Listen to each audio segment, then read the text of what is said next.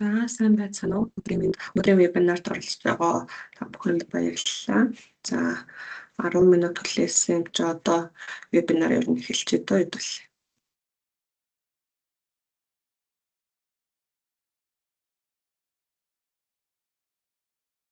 За өнөөдөр Leapfrog Works гэх програмын маань танилцуулга вебинар байгаа. Тэгээд илүү гидэр геологийн усны чиглэлт энэ програмыг маань яаж ашиглаж болох талаар танилцуулах болно. За намайг болохоор Хулан гэдэг Trigtech компани гидэр геологч байгаа. Та хэд асуулт байх юм бол чатаар юм уу альсвал танилцуулж явах хавцад зогсоогоод асуух боломжтой шүү.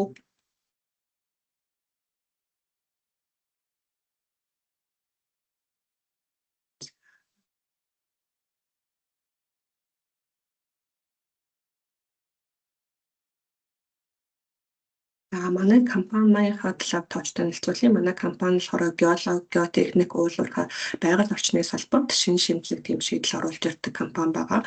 Одоо манай хамтарч ажилладаг энэ компаниудын лого бол доор харагдаж байна. Геологи, геотехник, аюулгүй, захим аюулгүй байдал байгаль орчны чиглэлээр энэ салбарт айл болох шинэлэг тийм шийдлүүдийг оруулж ирдэг. Тэрнээс гадна болохоор техникийн дижитал шийдлийн үйлчилгээ, мэрэгжлийн төрөл бүрийн геологийн сургалтууд, уул уурхайн зөвлөх үйлчилгээ, геотехникийн зөвлөх үйлчилгээ, хөрөнгө оруулалтын зөвлөх үйлчилгээ болон үзүүлээд ажилладаг юм компани байгаа. За манай төв салбар маань болохоор Монгол улсад байдаг. Казахстан болон Хятад төлөөлөгчийн салбартай. Энэ салбаруудаараа бас идэвхтэй үйл ажиллагаагаа явуулж байгаа.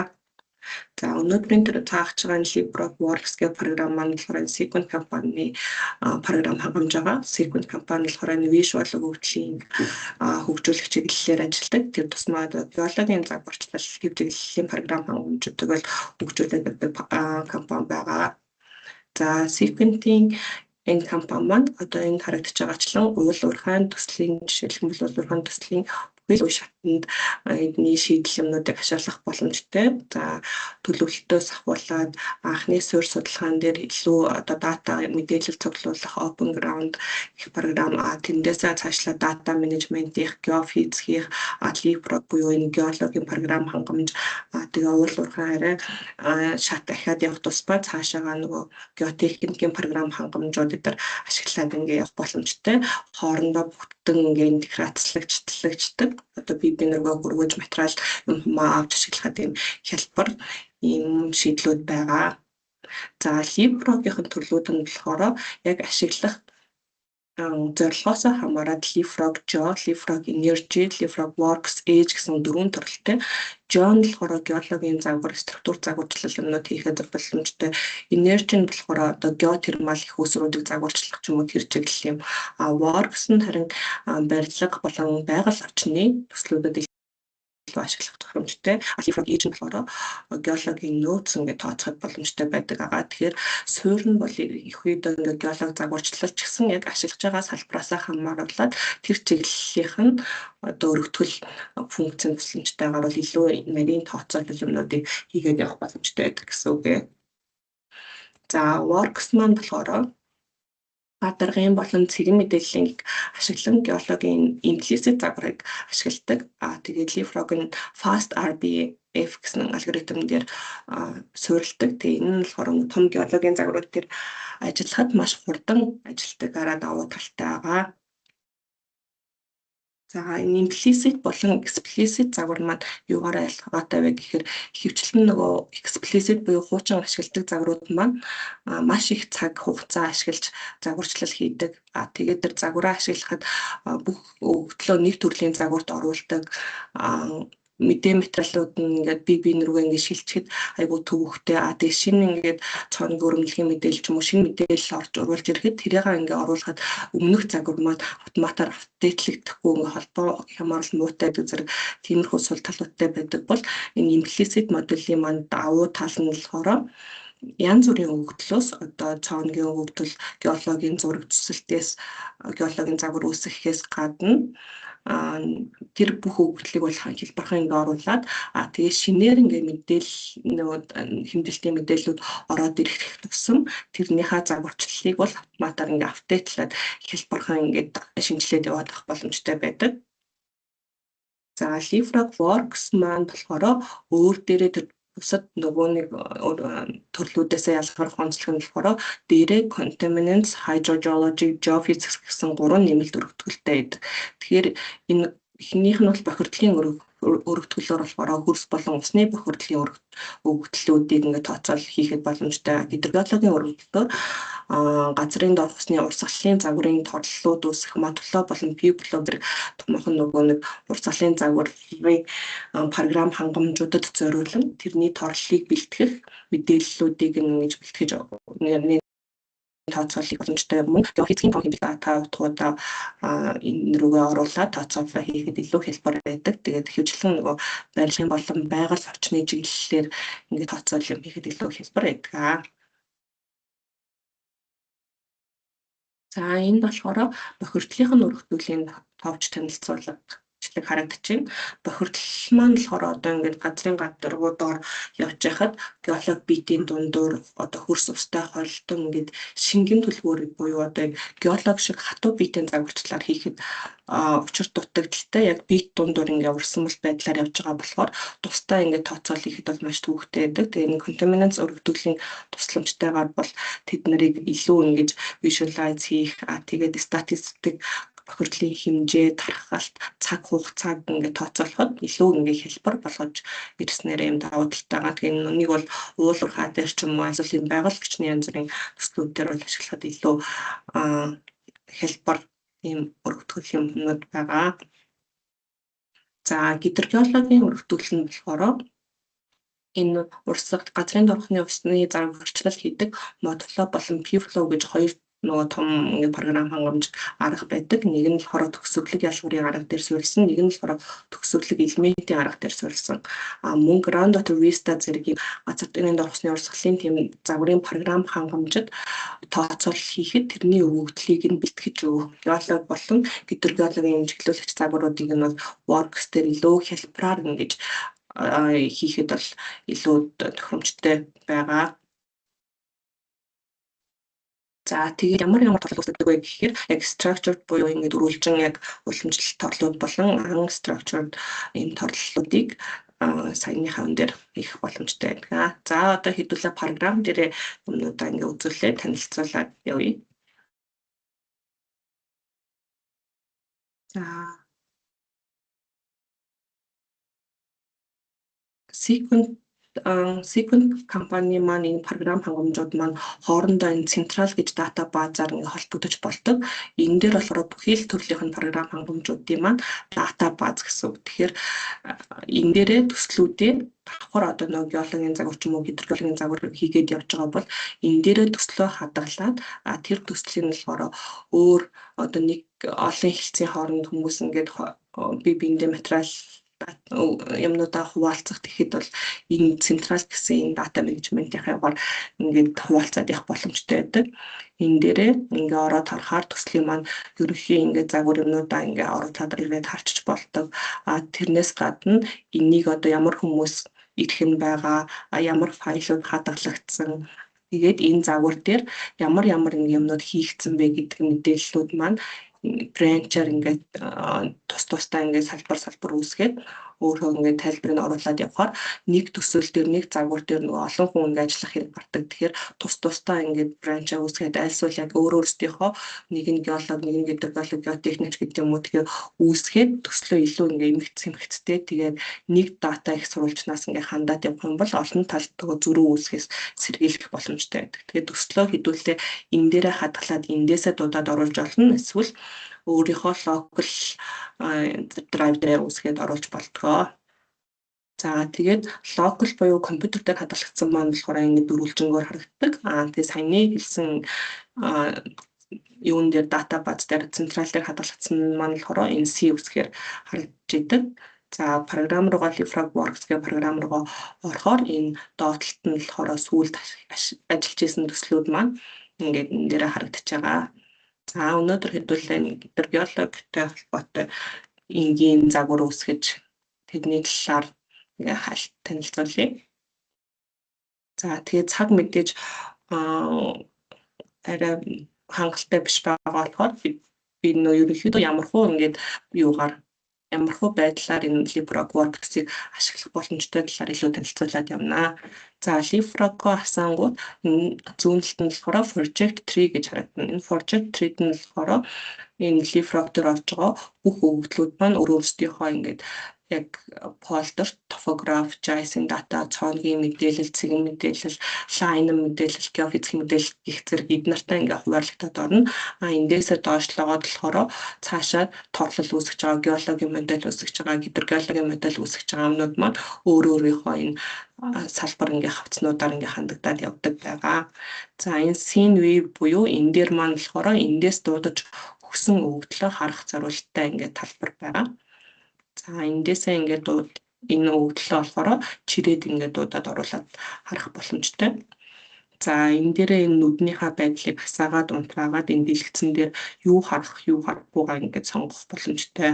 За энэ одоо жишээлх юм бол энэ талбай маань топограф нэ. За топограф тэгээд JSON болон төрөл бүр одоо нэг цэцэлтийн хэмжээ тийм үү тиймэрхүү мэдээлэл чөлөөтэй олон төрлийн өгөгдлөөс ер нь ингээ оруулах боломжтой байдаг. За энэ топографийн маань өндөр мэдээлэл доотлол нь болохоор зам болон голын мэдээлэл харагдаж байна. За ингээ зам голын мэдээлэл маань өндрийн мэдээлэл болохоор ингээ доотлолт нь суудсан харагдаж байгааг энэ топограф дээрээ юу харуулж болно? Наалдуулж харуулж болно. За тэгээд харуулъя гэх юм бол за ингээд наалтуудад харагдуулчих юм бол нөгөө нэг доор нь өндрийн мэдээлэлгүй байсан мэдээллүүд маань дээшээгээ топограф дээр наалтахаар илүү харахад хялбар болоод одоо геологч гэдэг юм уу бид нараа ингээд наагаад яхад илүү хялбар болно. Эндээсээ ингээ өнгө юмнуудаа ингээ өөрчлөөд өгчөж болох боломжтой байдаг. Тэгээд төрөл бүрийн JSON мэдээллүүдийг бүгдээр ингээ UTM яг өөрийнхөө яг таарах координат систем рүү бүгдээр ингэ хөрвүүлж агаад тэгээд ингэ датагаа оруулах боломжтой. За энэ талбай маань топограф нь эндэн, геолог зөв нь эндэн.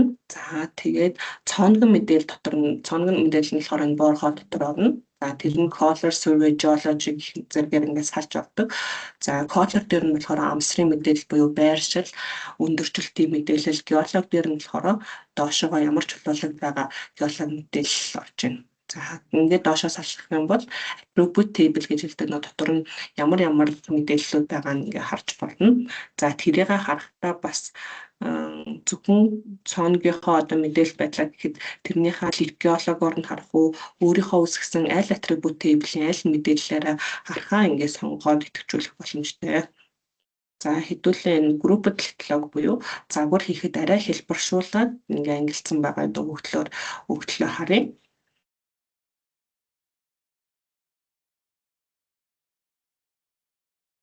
За ингээд цооногийн мэдээлэл маань ийшээ орчдөг. Цэгэн мэдээллүүд маань болохоор энэ дээр газар доорх усны түвшний мэдээлэл жишээ болгоод оруулсан байгаа.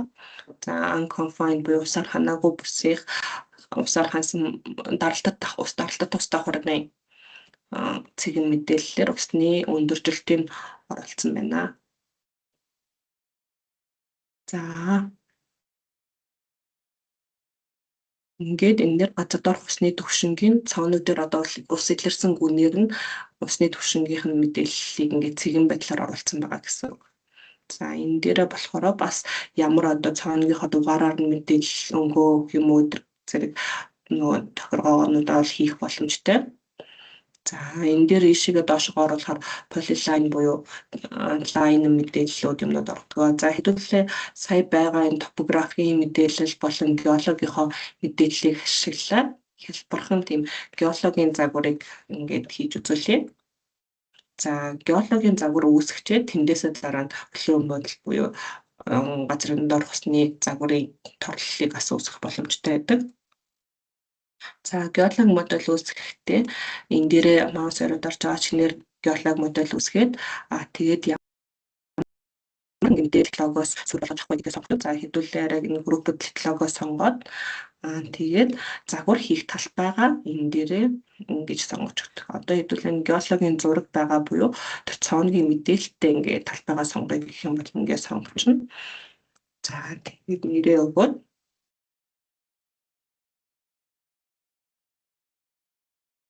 ингээд загвараа үүсгэчингүүтээ энийгээ бас ингээд чирээд оруулаад ирэх боломжтой.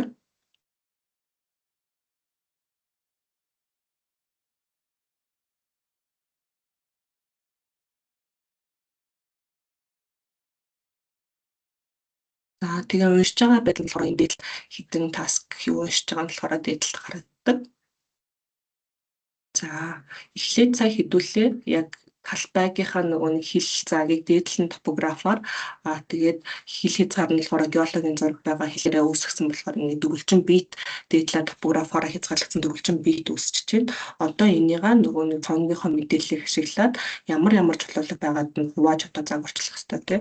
Тэгэхээр тэр хуваалтаа болохоор энэ surface chronology гэсэн нэрээр хийж болно.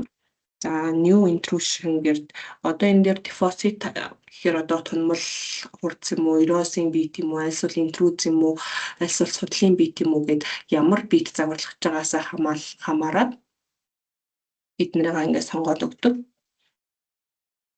За одоо хэдүүлээ хамгийн эхлээд дээр байгаа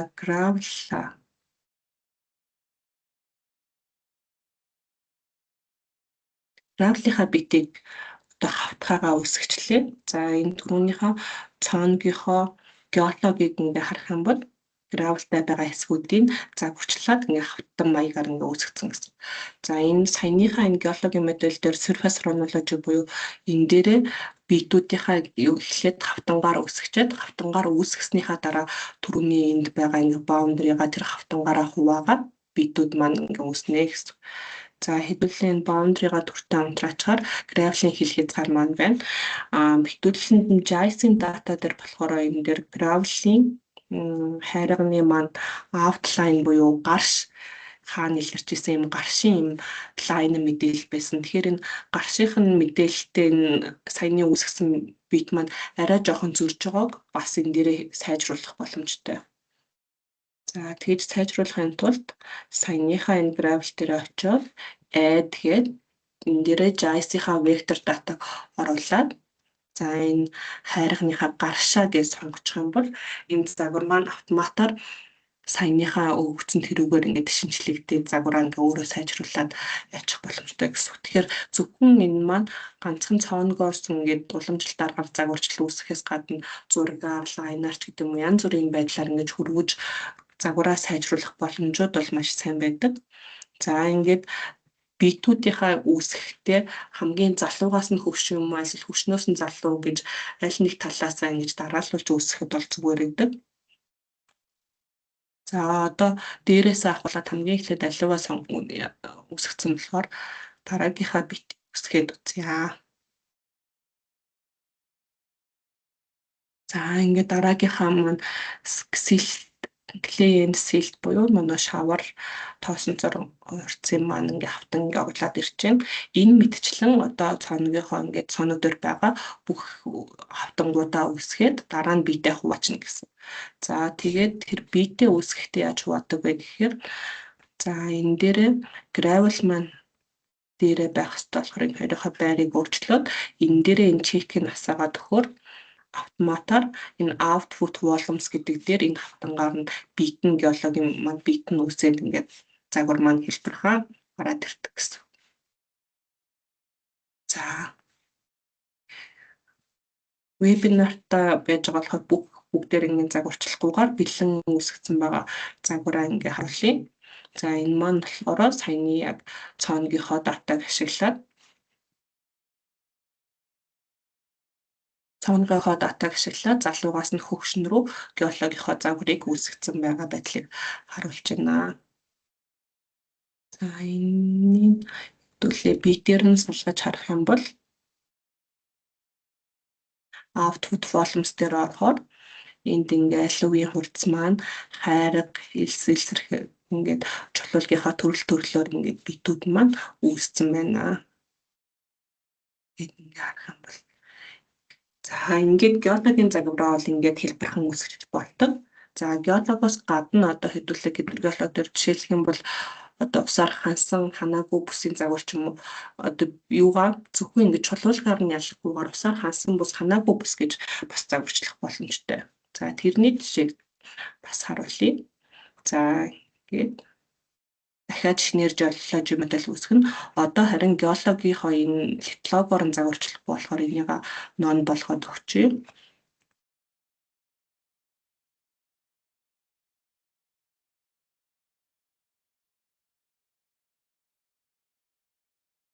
За нэрээ өгөөд талбайгийнхаа хэмжээг бас зааж өгөөд талбайгаа энэ дээрээ томруулж жижиглэхээс гадна бас ямар мэдээлэл байгаа тэрнийхээ мэдээллээр бас яагаад өгчих болдог.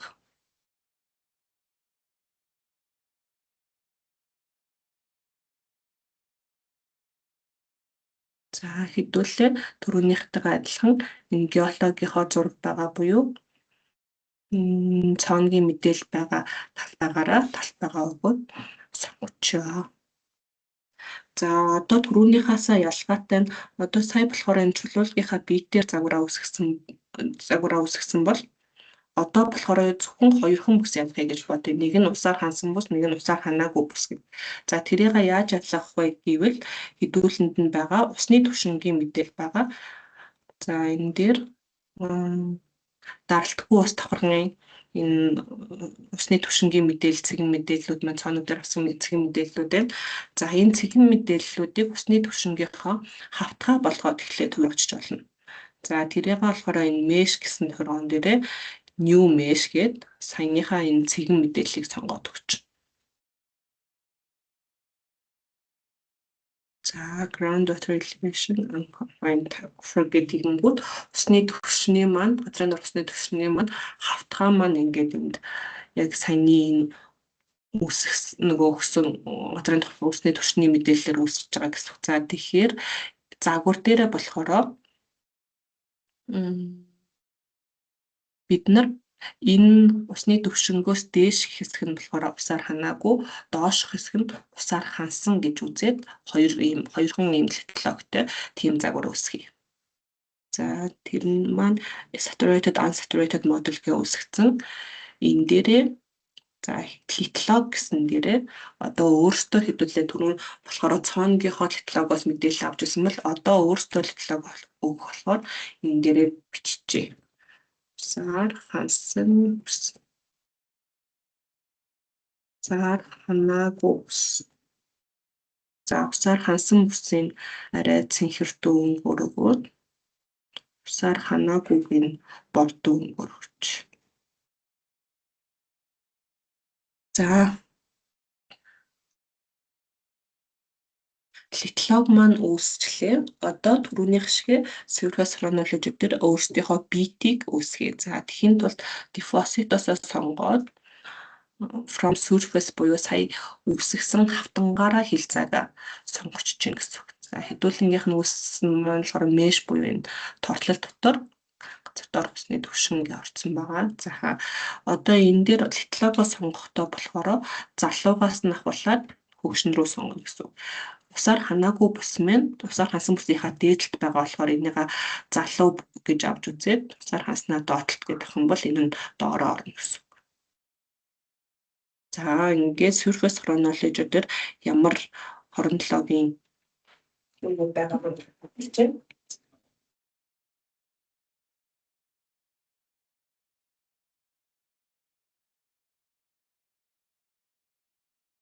За одоо эндээсээ биетээ үүсгэхийн тулд surface chronology-хоо энэ ямар сонголтоор биетээ үүсгэх гэдгээ чеклэн. Сая хэдүүлээ нэг литлог үүсгэсэн болохоор тэр маань харагдчихэв. Тэрийг сонгоод гээд арч. За тэгэхээр output volume буюу нөгөө геологийн бит маань ингээд 2 хуваагдаад түрүүний маань нөгөө усны түвшнийхаа хавтангаар хуваагдаад дээдлэл нь болохоор усаар хансан ханаагүйг 2 хуваагдаад харагдчих болж байна. Тэгэхээр загвараа хийхдээ мэдээж нөгөө нэг геологийн загвараас ялгаатай яаж загварчламаар байна тэр болгоно өөртөө ингээд эндээ оруулаад загварчлах бүрэн боломжтой байдаг гэсэн. За тэрнээс гадна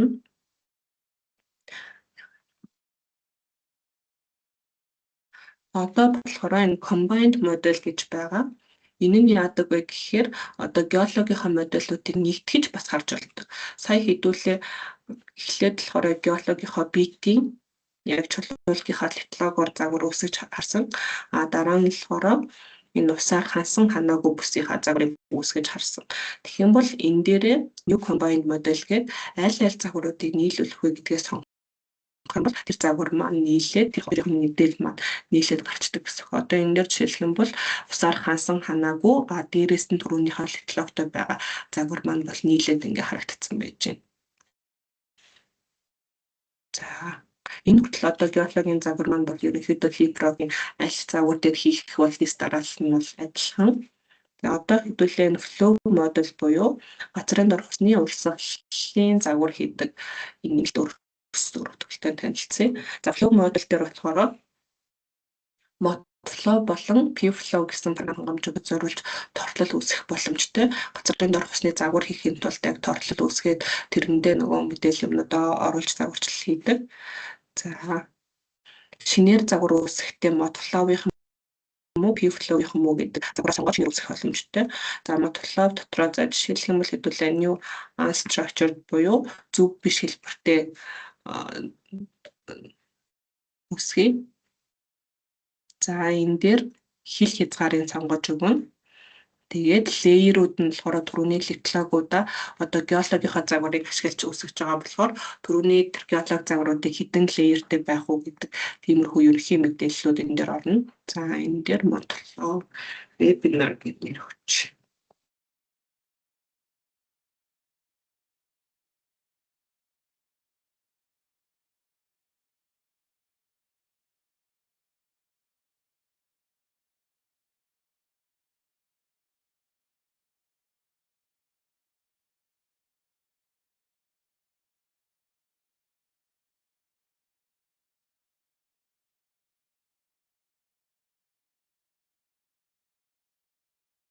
За энэ дээр үүсгээд оруулж ирэхээр ерөнхийдөө загвар маань болохоор иймэрхүү харагдана. Unstructured model байгаа болохоор ингээд хэлбэрүүд нь болохоор зөв бус хэлбэртэй харагдаж байгаа. За энэ дээр харагдаж байгаа энэ тортлуудынхаа мэдээллийг ямар мэдээллээр харах болохоо энэ дээр сонгож өгдөг. За ийшээ ороод харах юм бол яг гидрогеологийн параметрууд буюу ус дамжуулах чадвар, шүүлтийн коэффициент, усны түвшин, ус өгөмж зэрэг мэдээллүүдээ одоо 3 тэнхийлгийн нөх хэвтэй босоо чиглэлийнхаа дагуу ингээд мэдээллүүдээ оруулаад төхөөр ингээд энэ дээрээ харагдах боломжтой.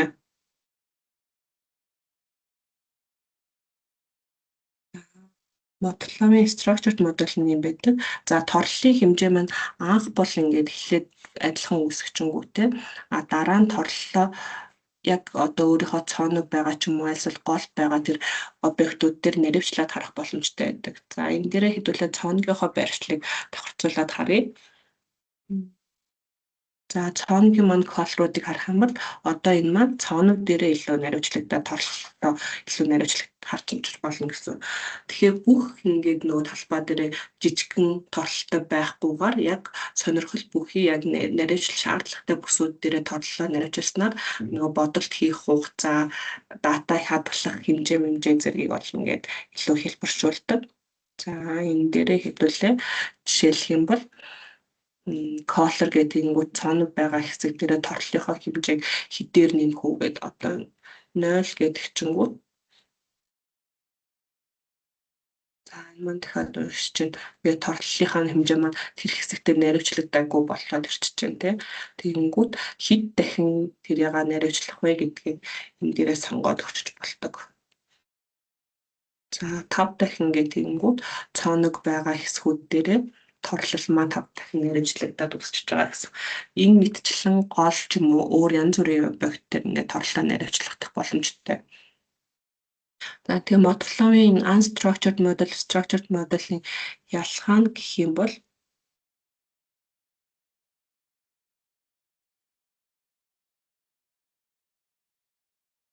за structured model нь болохоор яг эмтэг шүнцэгт хэлбэрээр үүсдэг бол unstructured model нь болохоор саяны зөв бус полигон хэлбэрээр үүсдэг. За unstructured model-ын давуу тал нь болохоор юм цооног ч юм уу эсвэл голч гэх юм уу яг дөрвөлжин дүрсээр ингээд загварчлахад хэцүү объект битүүдийг болохоор энэ дээр илүү загварчлахад бол тохиромжтой байдаг.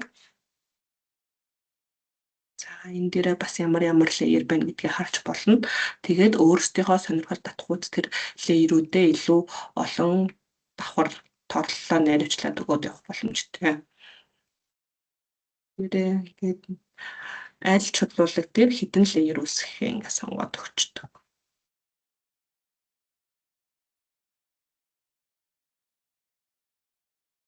За ингээд тэгэнгүүт энэ dot-ийн маань хоёр sand болон үндсэн чөлөөтэй нэгээс дэшегээ layer-ийн маань тоо ингээ олон болж байгаа нь бол ингээ харагдаж байна.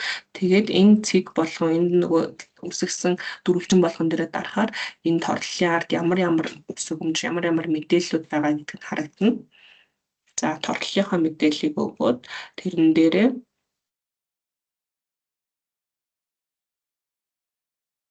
хидр геологийн параметр буюу энэ шүүрлтийн коэффициент зэрэг параметруудаа бол зоноор нь өгөөд ингээд загвараа хийх боломжтой. За энэ дээрээ ингэж торлолоо үүсгэхчингүүтээ цаашаага нөгөө модуло болон p-flow руугаа шууд оруулаад урсгалынхаа загварын тооцооллыг run симуляц хийхэд илүү хэлбэр болгож ирдэг. Тэгэхээр геологийн загвар хийх одоо мэдээ материал цуглуулах гэдэг тиймэрхүү шаттай амжилтхан гидрогеологийн загвар хийхэд хамгийн их цагийг аваад байдаг бол энэ дээр болохоор тэр юмнуудыг илүү хэлбэрчилж өгч байгаа гэсэн. За тэгээд буцаад бас одоо нөгөө модлов дээр ч юм уу эсвэл p-flow дээр оруулж ирсэн тооцоол юмнуудаа ийшээгээ оруулж ирж харах боломжтой байдаг. За тэнгуут жишээлх юм бол усны түвшний мэдээллүүд эсвэл янз бүрийн концентрац гэдэг юм уу. За энэ дээр мотловоос оруулж ирсэн хэмжилтийн мэдээллүүд харагдаж байна. За ингээ харж байна.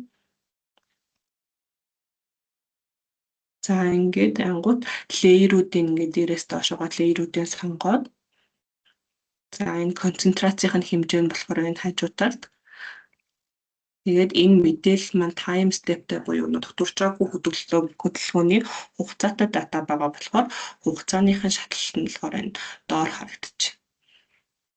За энэ layer биш бүгдээр ингээд нэлэхүүд нь хараад ингээ хугацааны туршид концентрац нь жишээ нь яаж өөрчлөгдөж байна вэ гэдгийг энэ дээр ингээ модулов дээр хийцэн загвараа буцаад ингээ оруулаад ирж харах боломжтой байдаг нэ.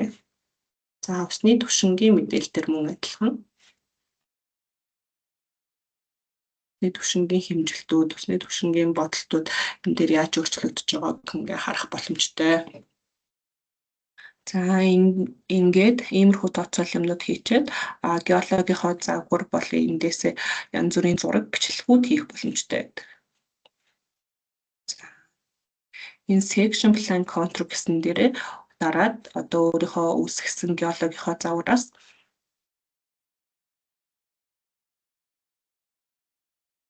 загвараас аль ч хэсгийг сонгоод шинээр цэцэлт юмаа бол амархан хийх боломжтой. Жишээлх юм бол энэ дээр ингээ харуулъя. За энэ талд нь болохоор ямар мэдээлэл энэ цэцэлт зурган дээр оруулах юм гэдгээ сонгоод тэгээд энэ дээр гарчиг, scale хэмжээ гэдэг ч юм уу тиймэрхүү юмнуудаа өөрчлөөд зураг цэцэлтүүдээ бол өөр дээрээсээ ингээ авчих юм бол хамаагүй цаг хэмнэдэг.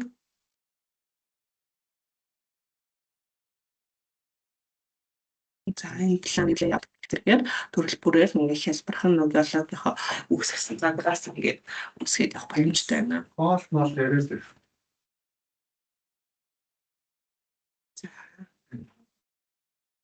мөн түрүүн үүсгэсэн нөгөө усны түвшингийн маань цэгэн мэдээллээс хэдүүлээ меш буюу торлол үүсгэсэн байгаа. Тэгээд тэрнээсээ бас усны түвшний контур буюу гидроизогипсийн мөрийг бас ингээ хэлбэрхэн байгуулж болж байна. Түүний цэгэн мэдээлэл маань энэ цэгэн мэдээллээс маань усны түвшингийнхоо контрыг ингээд гараараа зурдаг ч юм уу эсвэл өөр нэгэн програм хангамж дээр оруулах гэж цаг авдаг юмнуудыг бол энэгээр хэлбэрхэн хийж болтгоо.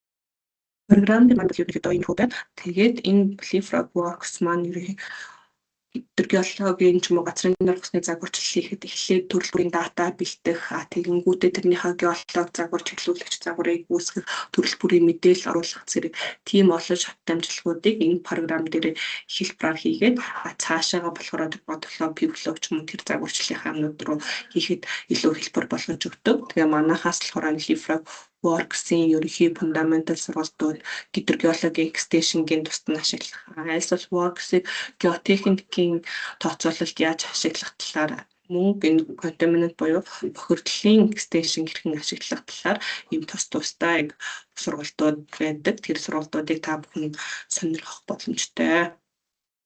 За, ингээ анхаарал тавьсан явдал баярлалаа.